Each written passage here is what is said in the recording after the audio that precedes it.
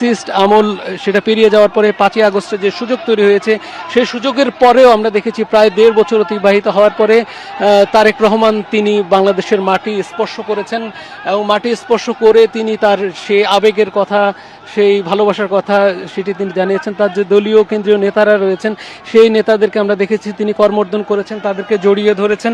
তার যে ভালোবাসা দেশের প্রতি সেই ভালোবাসা তিনি দেখিয়েছেন। এর পেছনে আমরা দেখছি তারেক রহমানের গাড়িটি ধীরে ধীরে এখন মহাসড়কে প্রবেশ করছে। তারেক রহমানের গাড়ি এটি আসলে একটি বাস এবং এই লাল বাসটি আসলে মহাসড়কে প্রবেশ করছে। মহাসড়ক দিয়ে ঘুরেই এই গাড়িটি আসলে ধীরে ধীরে যা দলীয় যে নেতাকর্মীরা রয়েছে দলীয় নেতাকর্মীদের অভিবাদনের জবাব দিতে দিতে তিনি যে কাঙ্ক্ষিত যে গন্তব্যস্থল বিশেষ করে পূর্বাচল সে পূর্বাচলে গিয়ে তিনি পৌঁছবেন। পেছনে অসংখ্য গাড়ি আমরা দেখছি, সেনাবাহিনীর গাড়ি দেখছি, একই বহরের অন্যান্য গাড়িগুলো দেখছি কালো রঙের এবং সেগুলোর প্রত্যেকটিতে কিন্তু লাল স্টিকার ব্যাচ যুক্ত করা হয়েছে এবং এই সামনে থেকেই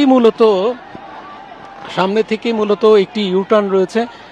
এই যে জায়গাটিতে আসলে জুলাইয়ের বড় ধরনের আন্দোলন হয়েছে সেই আন্দোলনের রণক্ষেত্র সেই জায়গা থেকে কিন্তু এই গাড়িটি চলে আসছে এবং গাড়িটি ধীরে ধীরে ইউটার্ন করে এই জায়গা দিয়ে বেরিয়ে যাবে বলে আমরা দেখতে পাচ্ছি। এখনো ধীরে ধীরে তার গাড়িটি এগুচ্ছে। পেছনে দলীয় প্রতীক ধানের শীষ, সেই ধানের শীষটিও কিন্তু আমরা যে ব্র্যান্ডিং সেই ব্র্যান্ডিংয়ে দেখতে পাচ্ছি। লাল বাসটি আসলে